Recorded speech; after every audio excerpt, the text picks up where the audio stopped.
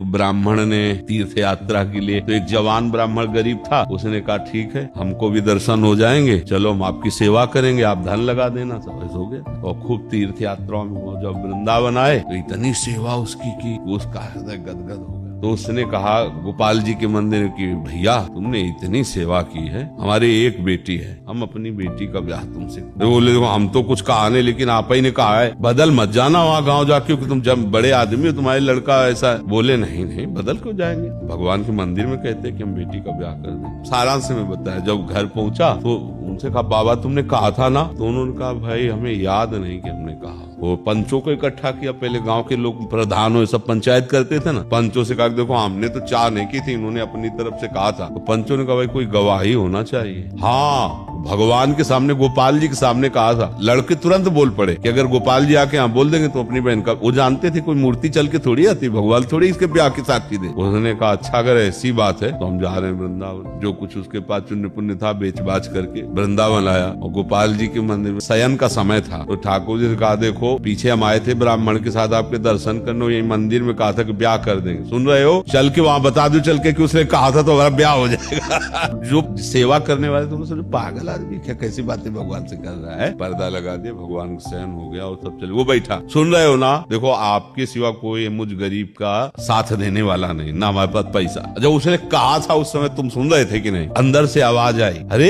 कहीं मूर्ति चल करके गवाही देगी? बोले सुन रही, मूर्ति बोल सकती चल के ले सकती।